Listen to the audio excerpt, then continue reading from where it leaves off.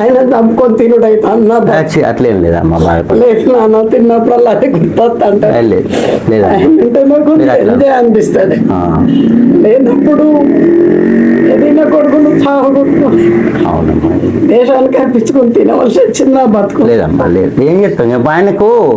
ఆయనకు అదృష్టం కలిగింది, దేశం కోసం ప్రాణం ఇచ్చే ఒక అదృష్టం కలిగింది. వీరమాతవు నువ్వు, ఆయన